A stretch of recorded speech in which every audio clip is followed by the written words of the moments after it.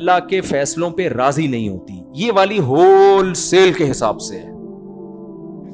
یہ بھی اللہ کی عقل سے اپنی عقل کو بڑھانے والی بات ہے. اسی وجہ سے انسان ڈپریشن میں جاتا ہے, اسی وجہ سے انسان اسٹریس میں جاتا ہے, اسی وجہ سے انسان شریعت کا باغی بنتا ہے.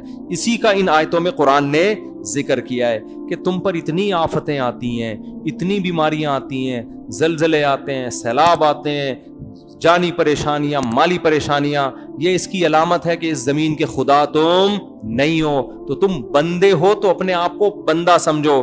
بندے پہ کسی اور کا آرڈر چلتا ہے, بندے کا اپنا آرڈر انسان پر نہیں چلتا. آج ہم چاہتے ہیں ساری خوشیاں دنیا میں سمیٹ لیں, میری مطلب کی ساری چیزیں پوری ہو جائیں, اور جب وہ پوری نہیں ہوتی تو ہم کس میں جاتے ہیں؟ ٹینشنوں میں جاتے ہیں. تو اللہ نے کہا کہ تم غلام ہو میرے, میں جیسا چاہوں گا تمہیں چلاؤں گا. یحسب ان لن یقدر علیہ, تو سمجھتا ہے تیرے اوپر کسی کو قدرت ہی نہیں ہے؟ میں جب چاہوں گا تجھے بیمار کر دوں گا, تو صحت کے جتنے اسباب اختیار کر لے. میں جب چاہوں گا تجھے غریب بنا دوں گا, تو دولت کمانے کے جتنے چاہے اسباب اختیار کر لے. بعض دفعہ الٹا ہوتا ہے, دولت کمانے کا کوئی سبب نہیں ہوتا, پیسہ ایسے آ رہا ہوتا ہے سیلاب کی طرح, انسان حیران ہوتا ہے فلاں پیسے کی پلاننگ کر کر کے تھک گیا اور ڈھیلا نہیں ہے اس کے پاس, اور فلاں کے پاس پیسہ رک نہیں رہا.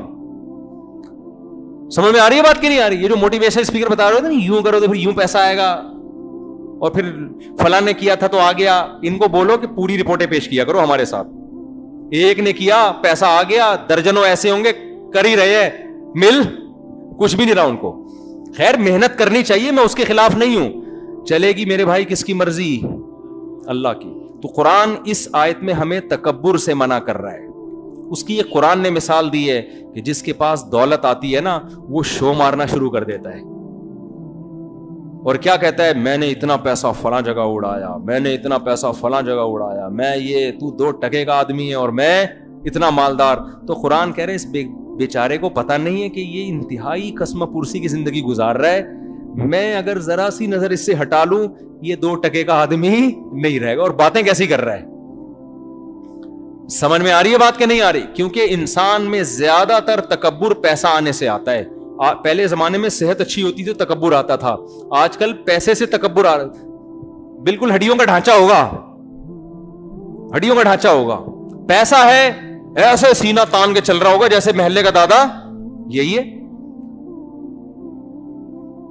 ایک لطیفہ بھی ہے اس پہ, لیکن وہ سناؤں گا تو کچھ لوگ ناراض ہو جائیں گے, وہ رہنے دیں, وہ پھر وہ پرانا دور آ جائے گا. نہیں وہ میں افورڈ نہیں کر سکتا, وہ پھر ویسے وہ ہے. وہ متحدہ کے بارے میں سنا دوں آپ کو؟ سنا دیتا ہوں یہاں سے. او بھائی تم لوگ ریکارڈ کر رہے ہو یار. وہ ایک چوہا جو ہے نا جنگل میں جا رہا تھا, یہ اس 92 کی بات ہے.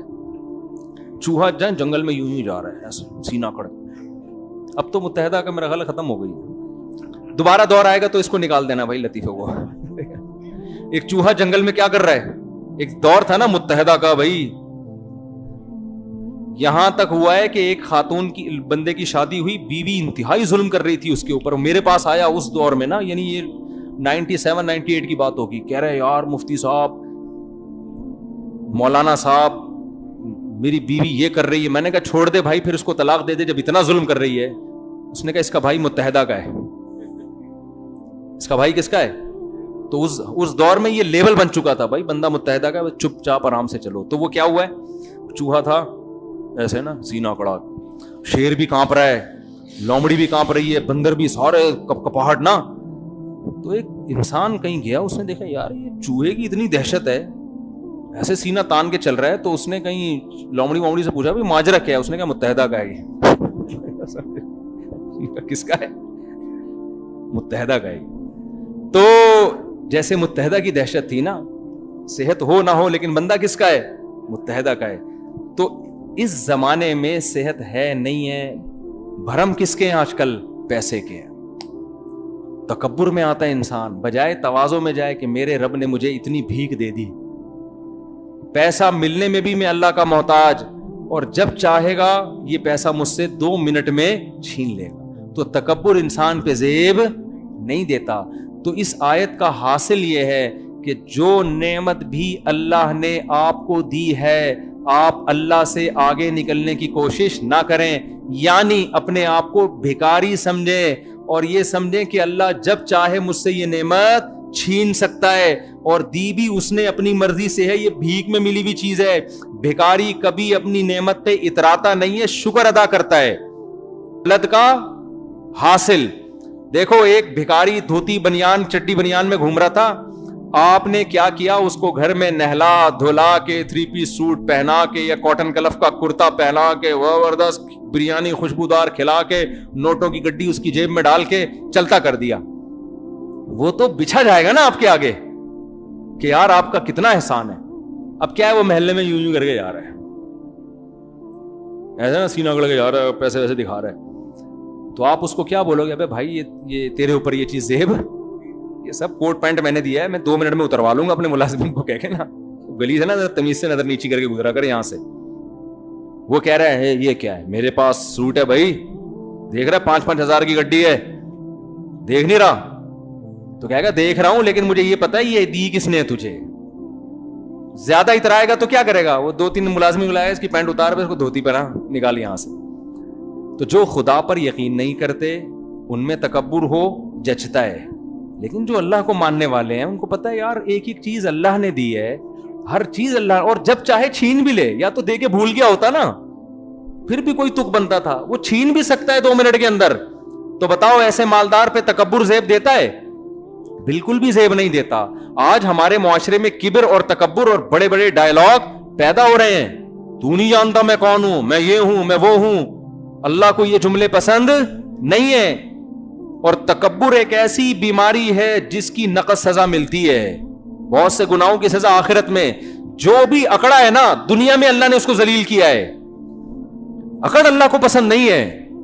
جو بھی دنیا میں، آپ دنیا کی ہسٹری اٹھا کے دیکھو، فرعون اکڑا تھا، دنیا میں غرق کیا اللہ نے اس کو، آخرت تک مؤخر نہیں کیا۔ اپنے سیاست دانوں کو دیکھ لو، جو اکڑا ہے اللہ نے اس کی اکڑ کو ختم کیا ہے، اور جتنا اکڑتا ہے نا اتنا ہی اللہ رسوا کرتے ہیں۔ تو اس لیے اللہ نے اس صورت میں کیا کہا، اَيَحْسَبُ أَن لَّن يَقْدِرَ عَلَيْهِ أَحَدٌ، یہ تم کہتے ہو نا اتنا پیسہ، ہاں شکر کے طور پہ بیان کرنے میں کوئی حرج نہیں ہے۔ اور شکر کیا ہے، تکبر کیا ہے، یہ آپ کے دل خود آپ کو بتائے گا کہ کب میں شو مار رہا ہوں اور کب میں تکبر کر رہا ہوں۔ تو سورت کی 2-3 آیتیں رہ گئی، وہ میں بیان کر کے بات ختم کرتا ہوں۔ آگے اللہ نے کہا جو عقل مند لوگ ہیں نا، جو یہ سمجھتے ہیں کہ ساری نعمتیں ہمیں کس نے دی ہیں، اللہ نے دی ہیں، وہ اکڑتے نہیں ہیں، بلکہ وہ کیا کرتے ہیں، وما ادراک ما العقبہ، وہ اسلام کی دشوار گھاٹی سے گزرتے ہیں۔ انہیں پتا ہے کہ ہم اللہ کے بندے ہیں، تو نعمت کا تقاضا یہ ہے کہ ہم اس نعمت کا شکر ادا کریں، لہذا وہ شکر ادا کرنے میں فکو رقبہ، غلاموں کو آزاد کرتے ہیں، اپنا پیسہ خرچ کر کے، وہ پیسہ انسانوں پہ خرچ کرتے ہیں۔